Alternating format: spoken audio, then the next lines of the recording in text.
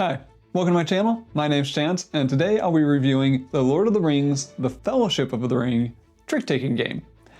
So, this is going to be a pretty short review because it's a pretty short game. It's a trick-taking game. I'm not going to go into the rules of this, but overall, it's pretty standard trick-taker. Players have to follow suit, so we play a card. Players after that have to follow suit if they can. The highest card played wins the trick. There's no trump suit, but there are going to be these rings cards, which, well, they're just another suit. There's the one ring card, which of course it's Lord of the Rings. So when someone plays the one ring, they can choose to either lose the trick or win the trick, regardless of what else was played. So that's kind of the only real twist on trick takers. And then the other thing with rings is that until the ring suit is broken, people cannot lead with the ring card. So, you know, standard stuff from like Hearts. Now, the interesting thing that comes out of this game, or I would say the really kind of interesting choice, so this is a co-op trick taker, where at the beginning of the round, players are going to be dealt their hands, and then they're going to have to choose characters. So, and those characters are going to be from the Lord of the Rings books. And so you're going to have people like Pippin and Gandalf and Bilbo and then Frodo in that first chapter, where those characters are going to have different tasks associated with them.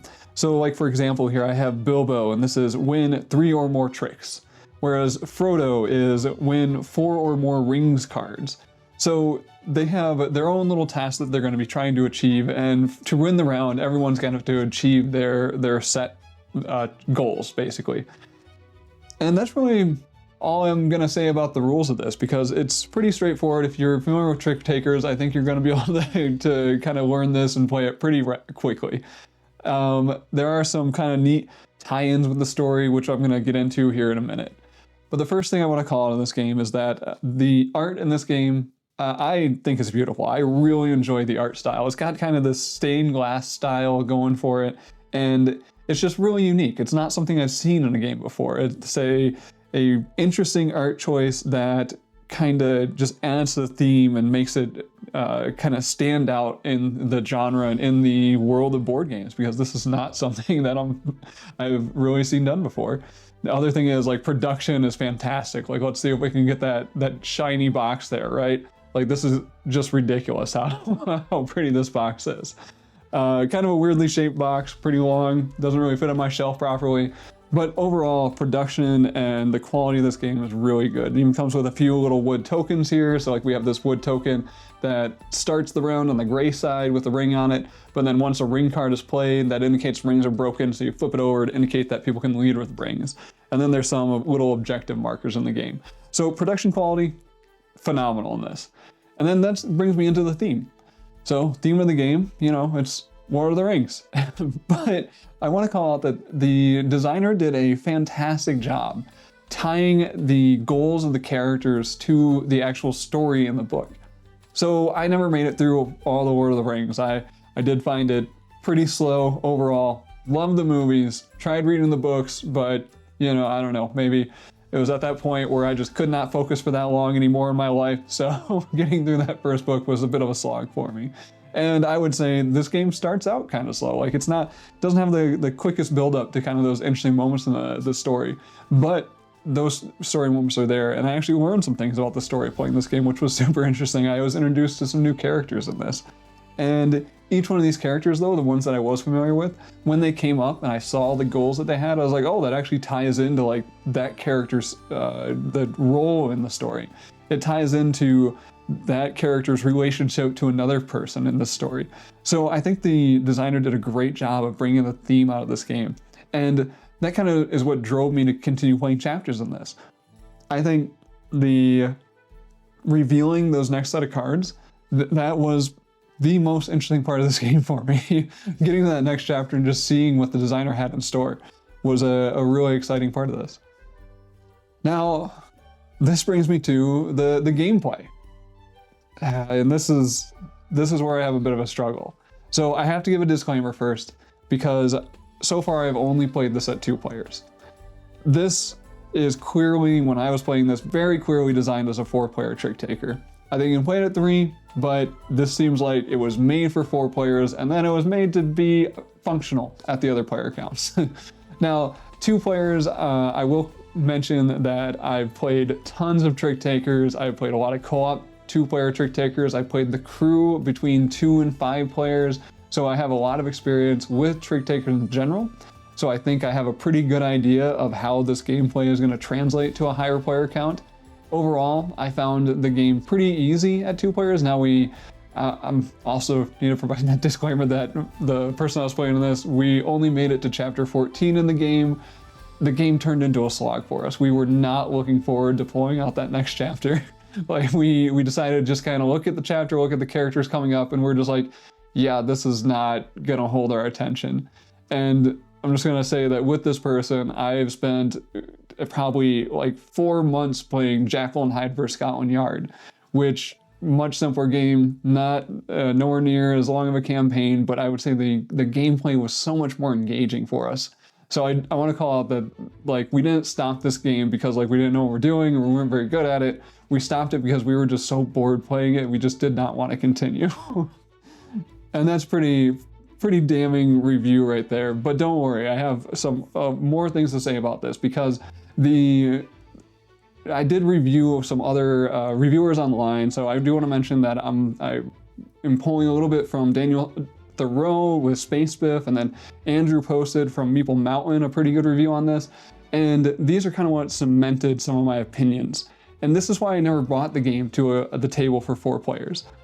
It's because while I can see that some of these missions would have been harder at 4 players, like 100% harder, I think they would have been significantly more challenging at 4 players. But the problem is, I don't feel like the gameplay would have been significantly different for us. Because the real interesting part of the game is basically that first decision you make. It's where you choose a character. So you get your hand of cards, and then you go, and basically Frodo is auto-assigned to a player. It's auto-assigned to whoever has that one of ring cards, and there's some variations in that throughout the chapters, but essentially you're gonna get that one, and then people are gonna choose characters. You're gonna choose characters based on your hand. So maybe the character has a specific goal in mind, and essentially you're looking at your hand and seeing which character matches up best to you. Now this is probably the most tension of the game, because essentially once this phase is done, you turn into just kind of, as long as you are with a crew of good trick takers, maybe you're gonna lose it once, maybe you're gonna lose the round twice, but by the time you try that round the 3rd or 4th time, you're probably gonna make it through it, because like as long as you're dealt a good enough hand and you're relatively solid with trick-taking mechanics and kind of the flow of a trick taker, like I don't think you're gonna run into any major roadblocks in this game.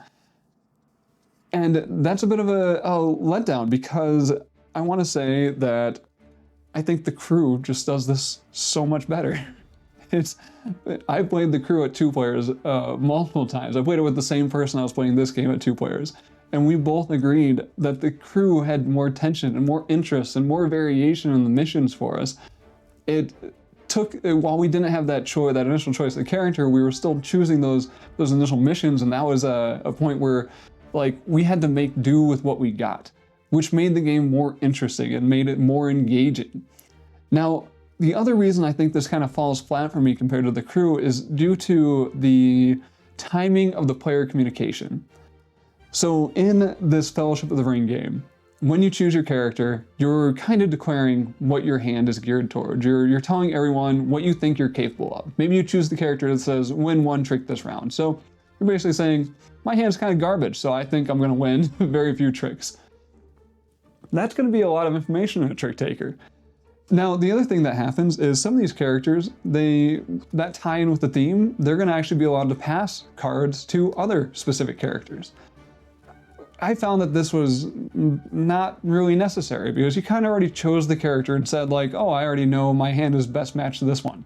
So you were just making your hand even better when you did that card trade, which I don't feel like was totally necessary in this trick-taking game. But let's contrast this with the crew. So in the crew, you take that 1 mission card. Generally, there's a lot of variation in the crew, but you're generally going to deal out a set of mission cards, and everyone has to take at least 1, maybe get multiple, depending on what mission you're doing. But you're going to take 1 mission card. that doesn't tell people a ton about your hand. Maybe it tells you you have high cards in pink. You think you're going to be able to win one of the pink cards, but that tells you very little information about the player's hands. But the other thing that happens is that as long as you have that communication token in the round, players are allowed at one time during that hand to do this communication where they lay out a card and they get to say if that's the highest, the lowest, or the only card of that suit in your hand. This creates the opportunity for just clever gameplay. It creates the excitement of just doing something that just completely changes the round. You go through that phase where it's like people are stuck, they don't know what to do, then someone lays down the exact card you need to see, and that determines your next move. Now, this brings me to, I'm pulling this quote from Andrew, from his post on Meeple Mountain. By the way, I have the links below for Dan Thoreau's and Andrew's posts on BGG, and this is the direct quote from his post on BGG. It is, "Fellowship does not allow for clever ways to solve your problems." And for me, that one resonated. Like, that was the thing that made Fellowship kind of fall flat for me and my friend. The very last thing I want to mention is that there was one card that just upset me in Fellowship. It was one of the characters. I don't want to give too much away, so this is going to be a very minor spoiler. I'm not even going to name the character that it was associated with. But there was one card that came up that when the player took that character, they just revealed their hand to the table. I think this was an incredibly bad design choice, because now it became pointless for that player to even be at the table, because everyone else would be telling them what card to play. They had no input on what would happen. So like I said, I was playing this at 2 players. That other player laid down their hand of cards, and it was like, okay, you can go away now. I'll play this round by myself. And for me, it was just a baffling design choice with that. Now, that is one flaw among this game. I can't bash the entire game. Like I said, a lot of these challenges that associate with the characters I think are really well done. But for me, that was one major flaw in the choice of character challenges in this game. Now, the final thing I want to close out before we wrap this up is just mention, like, if you really like Lord of the Rings, I think this is going to be a good game. Like, even with the flaws of the gameplay, and not even flaws, like, it's not that the gameplay has flawed itself, it's just that it fell flat for me. I think Dan Thoreau from Space Biff, he posted on this and he mentioned how this theme resonated with him. He connected with this. And it's because of the Fellowship of the Ring, and it's because the designer did a really good job of connecting these mechanics and trick-taking, which can be pretty dry, into the story of Lord of the Rings. So I think that was incredibly well done. And if you are a big fan of Lord of the Rings and you enjoy trick-taking games, I think you're going to find something here. It's just, for me, the crew does it better. So the crew is going to be the game I'm going to bring out. I'm never going to reach for this game. I have no interest in finishing the last chapters of this game. I was excited, I was happy to experience it, I was happy to see this art, this production, and to see how the designer tied in these thematic elements. But this game is definitely leaving my collection. I hope someone that enjoys Lord of the Rings way more than I do can get more out of it. Let me know your thoughts, let me know if you played, let me know if this is falling flat for you as well. But yeah, that'll do it for today. Thanks for watching, and of course, please like and subscribe.